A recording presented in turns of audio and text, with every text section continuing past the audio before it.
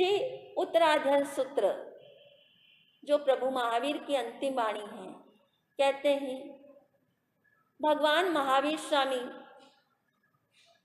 जो कि क्षत्रिय कुंडग्राम में माता त्रिशला की कुक्षी से जन्मी, पिता सिद्धार्थ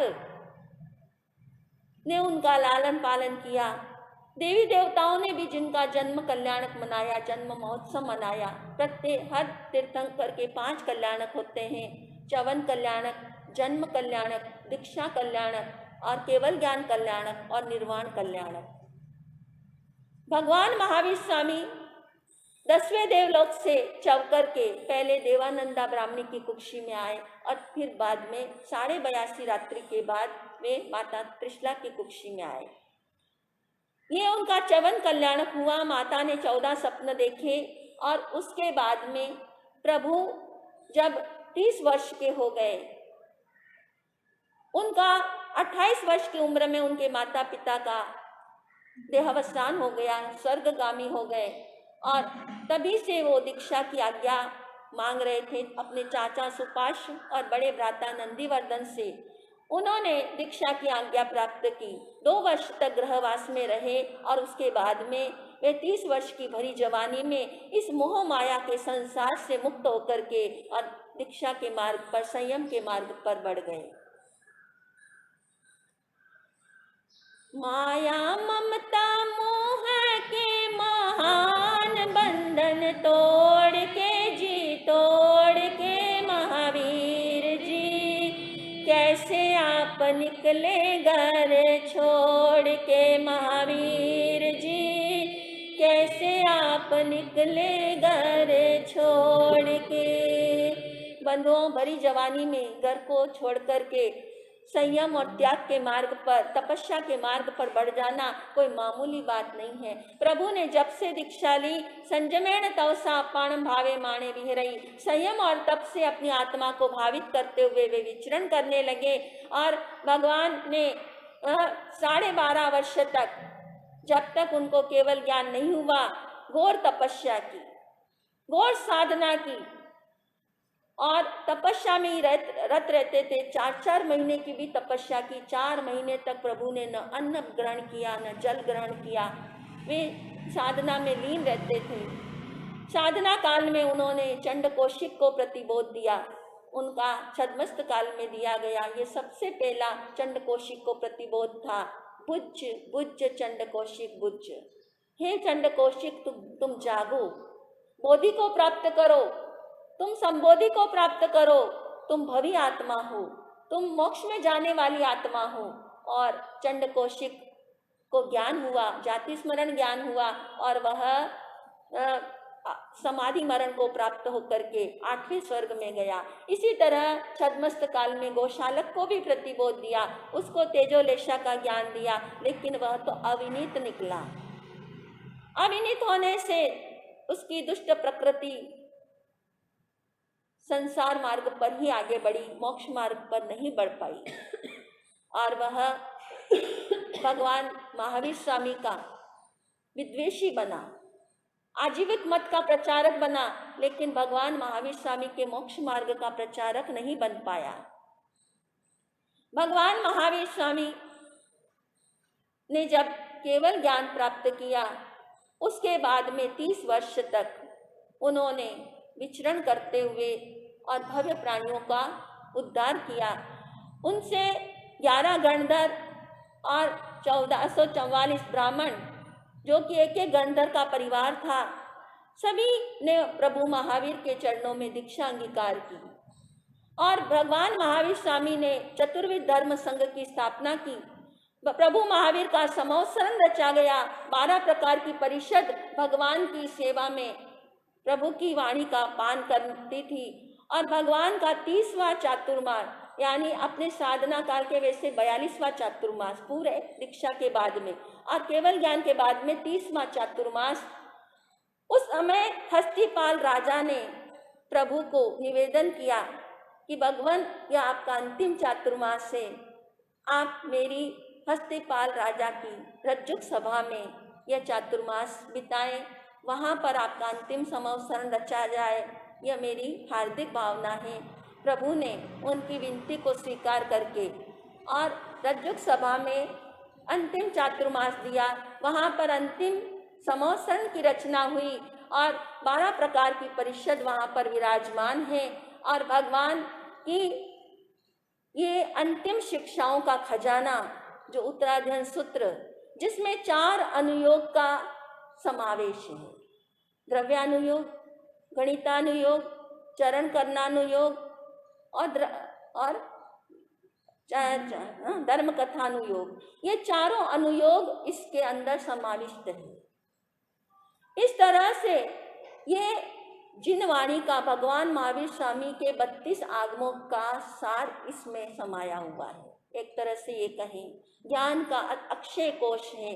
जैसे वैदिक धर्म में गीता और ईसाइयों में बाइबल, पारसियों में अवेस्ता और कुरान, मुसलमानों में कुरान है, इसी तरह से उनका उस धर्मों में जितना प्रमुख स्थान है। अगर पूछा जाए कि जैन धर्म का सर्वश्रेष्ठ आगम कौन सा है, तो सभी एक मत से कहते हैं उत्तराध्ययन सूत्र में भगवान ने वो उपदेश दिया है। यानी जाते जाते भगवान जब इस जगत से विदाई ले रहे थे उस समय उन्होंने ये उपदेश दिया। अब बताइए, कोई पिता अगर इस दुनिया से जा रहा हो और वो अपने पुत्रों को अगर अंतिम शिक्षाएं देके जाता है तो उसके पुत्र पूरी जिंदगी जो कुछ कहा वो शायद माने या ना माने, लेकिन अंतिम समय में जो उपदेश दिया वो जरूर स्वीकार करते हैं। यानी कन्फ्यूशियस एक बहुत बड़े दार्शनिक हुए हैं। वो इस लोक से जब विदाई ले रहे थे उस समय उनके शिष्य उनके सामने अश्रुपूरित नयनों से देख रहे थे। कन्फ्यूशियस ने देखा कि मेरे शिष्य कुछ मुझे सुनना चाहते हैं। उन्होंने कहा, देखो, उन्होंने अपना पूरा मुंह खोल करके दिखाया, बताओ मेरे मुख में क्या है। बोले, गुरुदेव आपके मुख में जबान है। बोले, और कुछ? बोले, नहीं, दांत एक भी नहीं। अच्छा, दूसरा प्रश्न पूछा, दांत पहले आए या जबान पहले आई? गुरुदेव, जबान तो जन्म से ही मिली है, दांत तो बाद में आए। दांत बाद में आए और पहले चले गए और जबान अंतिम समय तक भी साथ में है। कि इसका कारण, क्योंकि जबान कोमल है, नरम है, लचीली है और दांत कठोर है, कड़क है। जो कठोर और कड़क होता है वह जल्दी से इस संसार से विदाई ले लेता है, लेकिन जो लचीला होता है, नरम होता है, कोमल होता है, वह अंत समय तक टिका रहता है। और इसीलिए तुम लचीले बने रहो, विनम्र बने रहो, सरल बने रहो। ये अंतिम शिक्षा कन्फ्यूशियस ने अपने शिष्यों को दी। और उनका कन्फ्यूशियस का दार्शनिक जगत हम देखते हैं एक ऐसा अनेकांतमय है, शादवादमय है, जो प्रभु महावीर का संदेश है। प्रभु महावीर ने जो अहिंसा, अनेकांत, अपरिग्रह का उपदेश दिया, जिसके ऊपर हमारा जैन धर्म टिका हुआ है, यह उपदेश पूरी तरह से उत्तराध्ययन सूत्र में हमें एक एक अध्ययन में एक एक गाथा मंत्र रूप है। यह उपदेश हमें वहाँ पर मिलता है मक्खन के रूप में। एक एक शब्द इतना मूल्यवान है। जो पहला अध्ययन है विनय शुद्ध, उसमें यही विनय धर्म का उपदेश दिया। यानी सभी बाह्य और आभ्यंतर संयोगों से मुक्त होकर के जो अनगार भिक्षु बन जाते हैं और जो विनय धर्म की साधना करते हैं, वे जल्दी से इस संसार सागर को से पार हो जाते हैं, जल्दी से मुक्ति को प्राप्त होते हैं। तो ये विनय धर्म का उपदेश भगवान ने दिया। इस तरह से पहला अध्ययन विनय शुद्ध, दूसरा परिषद, तीसरा चतुरंग दुर्लभता, चौथा असंस्कृत जीवन, पांचवा सकाम अकाम मरण और छठा शुल्लक निर्ग्रंथ, सातवां ऐलक और आठवां कापिल्य, नौवां नमी पवज्जा, 10वां द्रुम पत्रक। ये द्रुम पत्रक यानी वृक्ष का पीला पत्ता जैसे वह पृथ्वी पर गिर जाता है, एक दिन वह क्या था, लाल था, फिर हरा हुआ और फिर पीला हुआ और वह हवा चली और पृथ्वी पर गिर गया। इसी तरह प्रभु गौतम स्वामी को संबोधित करके उपदेश देते हैं कि हे गौतम, यह मनुष्य की देह भी धीरे धीरे वृद्धावस्था की ओर बढ़ रही है। अब यह संसार से विदाई का समय है। हर व्यक्ति जो आया है उसको एक दिन जाना ही पड़ेगा। पान खरनता इम कहे सुन तरुवर वन राय, अब के बिछुड़े कब मिले दूर पड़ेंगे जाए। तब तरुवर उत्तर दियो सुनो पत्र एक बार, इस घर आही रीत है एक आवत एक जार। इस घर में यही रीति है, यही विधान है। यह नियति का चक्र अनादिकाल से चल रहा है कि एक व्यक्ति आता है तो दूसरा चला जाता है। इसलिए आप कहते हो पोता आया दादा चला गया। गौतम स्वामी को भगवान महावीर स्वामी उपदेश दे रहे हैं और इस अध्ययन में 36 बार उनको उनका नाम लेकर के और कहा समयम गोयम्मा पमाये, समयम गोयम्मा पमाये, समयम गोयम्मा पमाये। कितना 12 प्रकार की परिषद वहाँ पर विराजमान है। असंख्य लोग हैं, देवी देवताएं हैं। सबके सामने भगवान ने अपने प्रमुख शिष्य गौतम को, जो 4 ज्ञान 14 पुरव के धारक है, उनको 36 बार कहा प्रमाद मत करो, प्रमाद मत करो, एक समय का भी प्रमाद मत करो। बंधुओं, हम अपने शिष्य और शिष्याओं को अगर एक बार भी कह देते हैं, एक से दूसरी बार कह देते हैं तो क्या आ जाता है, पारा चढ़ जाता है। हाँ, दिमाग डिस्टर्ब हो जाता है, माइंड डिस्टर्ब हो जाता है। आज बेटा बेटी भी नहीं सुनते हैं। हाँ? जिनको 9 महीना गर्भ में रखा, जिनका लालन पालन किया, जिनको इतना योग्य बनाया, वे बच्चे भी क्या है, माता पिता एक बार से दूसरी बार अगर कोई बात कह देते हैं, आप बार बार मत बोलो, आपको बार बार बोलने की आदत पड़ गई है। एक बात में ऐसा चुप करते हैं अपने माता पिता को, अपने गुरुजनों को ऐसा बोल देते हैं कि वे आगे कुछ शिक्षा दे ही नहीं पाते हैं। धन्य है वे गौतम स्वामी जो विनम्रता की साक्षात मूर्ति थे। ऐसे विनय मूर्ति, ऐसे वैराग्यशील लब्धि के भंडार गौतम स्वामी ने प्रभु महावीर के अंतर मन की बात को समझा और प्रभु ने अंतर मन से ही उनको आदेश दिया कि जाओ देव शर्मा ब्राह्मण को समझाओ। 10वें अध्ययन तक गौतम स्वामी समोसरण में रहे। फिर वे उठ करके धीरे धीरे समोसरण के बाहर देव शर्मा ब्राह्मण के घर पर पहुंच गए, उसको समझाया, उसको प्रतिबोध दिया और अर्धरात्रि में देवदुंदुभी बजी। केवल ज्ञान, जो मन का तार प्रभु की वाणी से जुड़ा हुआ था, वह तार का वह कनेक्शन टूट गया। एकदम से गौतम चकित रह गए, क्या हो गया, ये कनेक्शन कैसे टूटा? और उन्होंने उपयोग लगाया कि प्रभु महावीर का निर्वाण हो गया।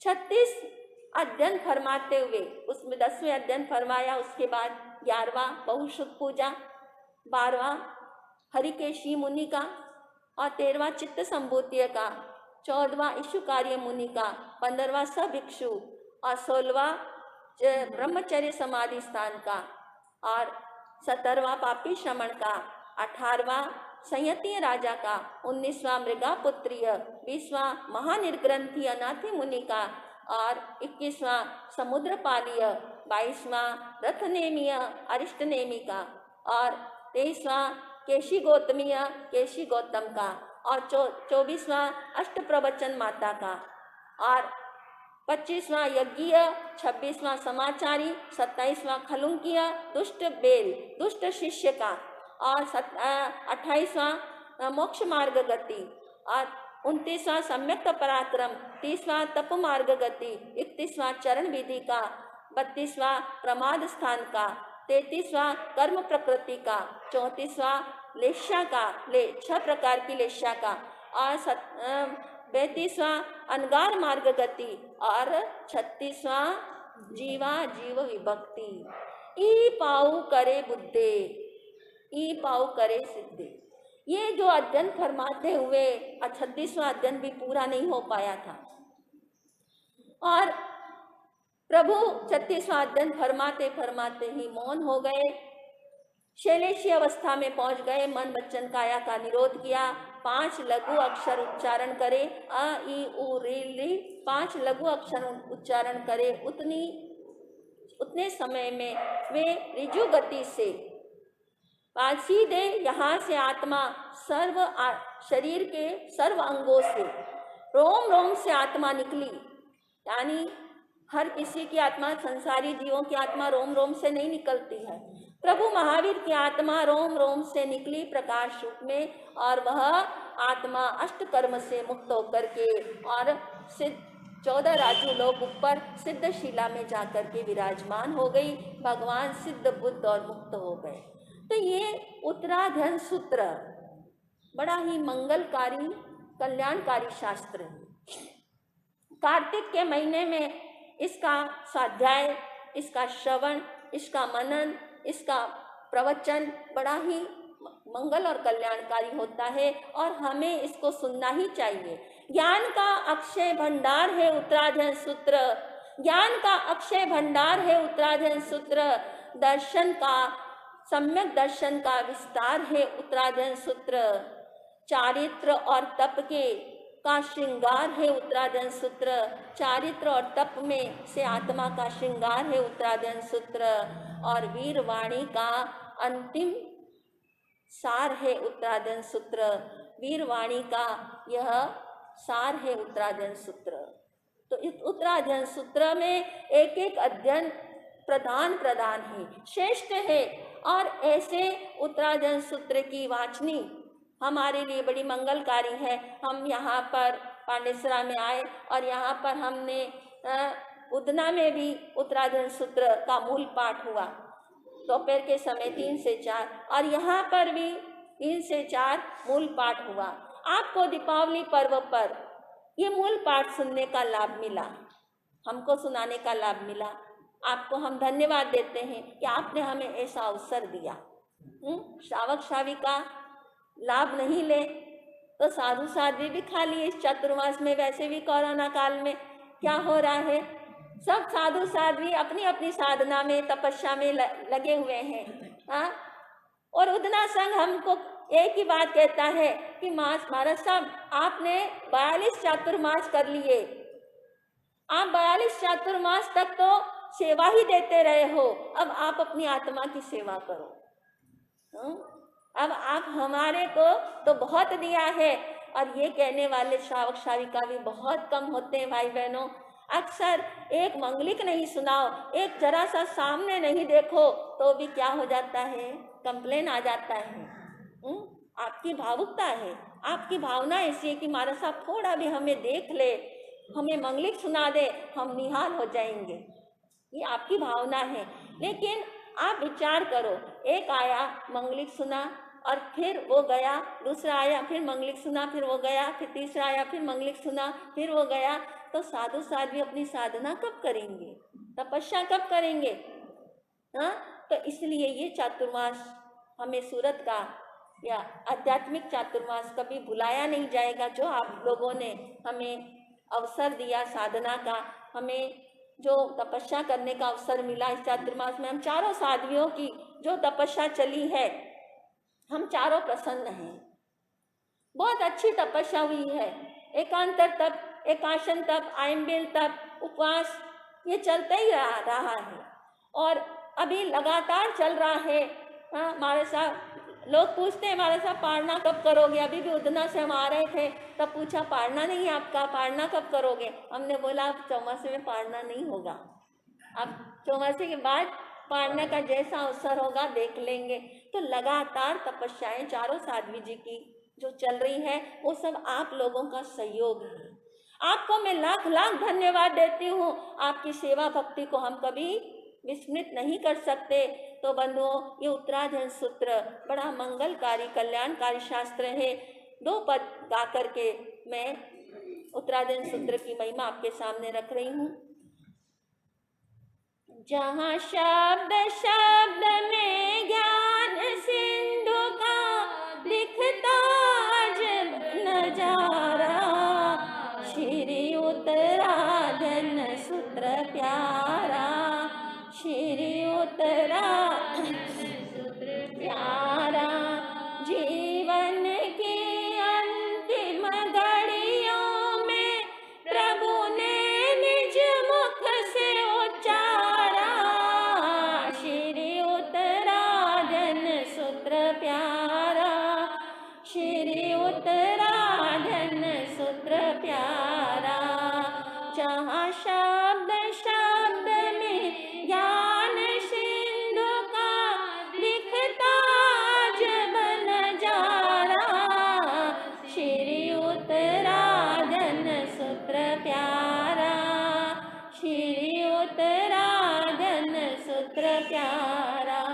जय शासनं जिन शासनं जय शासनं जिन शासनं वन्दे महावीरं वन्दे महावीरं वन्दे महावीरं वन्दे महावीरं।